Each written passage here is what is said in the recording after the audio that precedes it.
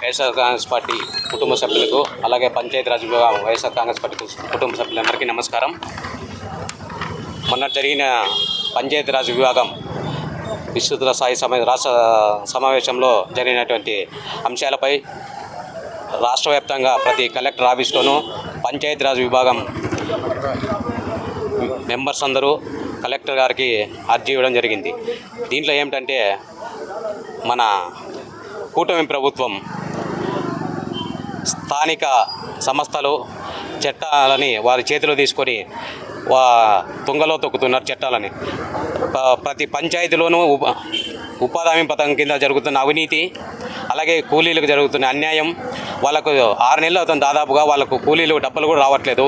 అలాగే దాంట్లో జరుగుతున్న అవినీతిపై కేంద్రము రాష్ట్రము న్యాయ విచారణ జరిపించి అవినీతి చేస్తున్న ప్రతి ఫీల్డ్ అసిస్టెంట్ గురించి అధికారులపైన చర్యలు తీసుకోవాలని మేము డిమాండ్ చేస్తున్నాం.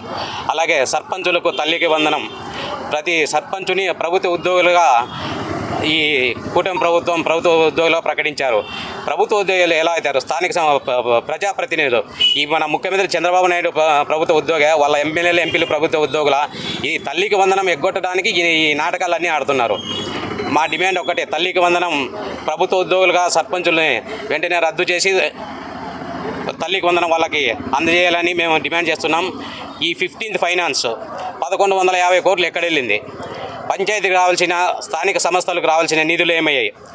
ఈ 1150 కోట్లు వెంటనే స్థానిక సంస్థల వాళ్ళ అకౌంట్లకు వేసి పంచాయతీ అభివృద్ధి కోసం మీరు కూడా మాకు సహకరిస్తే సర్పంచులుగా, ఎంపీటీసీలుగా, జెడ్పీటీసీలుగా మేము కూడా స్థానికంగా ఉండి ప్రతి ఊర్లోనూ డెవలప్ చేయడానికి మేము చేస్తాము. మీరు ఎక్కడే కానీ నిధులు ఇవ్వకుండా చేస్తూ ఇప్పుడు అంతా వైఎస్ఆర్ కాంగ్రెస్ పార్టీ ఎంపీలు, ఎంపీపీలు, జెడ్పీటీలు, సర్పంచులు ఉన్నారు.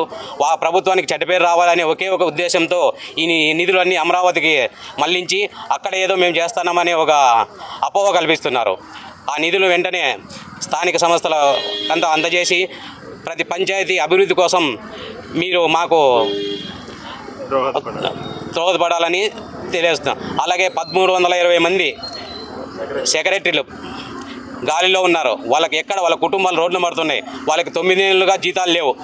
వాళ్ళని కూడా వెంటనే వాళ్ళకి 9 నెలలు జీతాలు ఇచ్చేసి వాళ్ళకు ఎక్కడ సెక్రటరీ వాళ్ళ స్థానాల్లో వాళ్ళకి ఉద్యోగాలు భద్రత కల్పించాలని తెలియజేస్తున్నాము.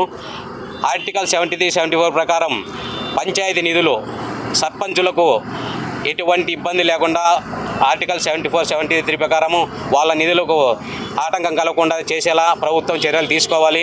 అలాగే ప్రతి సర్పంచ్కు, జెడ్పీటీసీ, ఎంపీటీసీలందరికీ గౌరవవేతనం ఇవ్వట్లేదు. మీరు ఎన్నికల ముందు ఇచ్చిన మాట గౌరవవేతనము పెంచుతామన్నారు. ఆ గౌరవవేతనం ఇవ్వలేదు. పెండింగ్లున్న గౌరవవేతనాలను వెంటనే చెల్లించాలి. మాకు ఇవ్వకపోయినా పర్వాలేదు, కానీ మీరు ఇచ్చిన సూపర్ 6 మాత్రం అమలు చేయండి. ఆయన మీరు ఫస్ట్ ఆ సూపర్ 6 అమలు చేసి మాకు ఇచ్చినట్టే.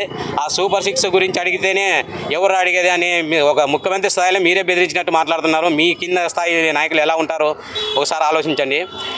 ఈయన పవన్ కళ్యాణ్ పంచాయతీరాజ్ని నేను ఎమ్మెల్యే మినిస్టర్ అయితే ప్రతి వార్డు, ప్రతి వీధి అభివృద్ధి చేస్తాను, రాష్ట్రాన్ని సస్యశ్యామలం చేస్తామన్నారు. మీ పంచాయతీరాజ్ విభాగంలోని ఇంత అన్యాయం జరుగుతుంటే ప్రశ్నించలేవు. ఇంతకుముందు వాలంటీర్లు అమ్మాయిల గురించి వాళ్ళ డేటా అంతా ఇస్తున్నారు. వైఎస్ఆర్ కాంగ్రెస్ పార్టీలో అమ్మాయిలు కనబడట్లేదన్నారు. నీ పంచాయతీ విభాగంలో మీరు ఎంత బాగా అభివృద్ధి చేస్తారని మీకు కనబడట్లేదా? దాని గురించి ఎక్కడైనా చర్చ జరిగిందా? ఏమన్నంటే సనాతన ధర్మం అంటావు, కానీ అభివృద్ధి గురించి ఎక్కడ మాట్లాడేమేమి జరిగిందా? రాష్ట్రానికి ఇంత అన్యాయం జరుగుతుంది, నువ్వేమన్నా ఒక మాట మాట్లాడి అభివృద్ధి వద్దు. నువ్వు చీఫ్ మినిస్టర్ డిప్యూటీ సీఎం అయినా కూడా అదంతా నీ విభాగంలో, నీ పంచాయతీ విభాగంలో ఏ పంచాయతీలో అభివృద్ధి జరుగుతుంది? మీ వచ్చిన గవర్నమెంట్ సంవత్సరం అయితే ఎక్కడ ఏం అభివృద్ధి చేసినారో ఒకసారి చూపించాలి. మీరు ఈ అభివృద్ధికి మీరు ఆటంకం కలిగిస్తున్నారు.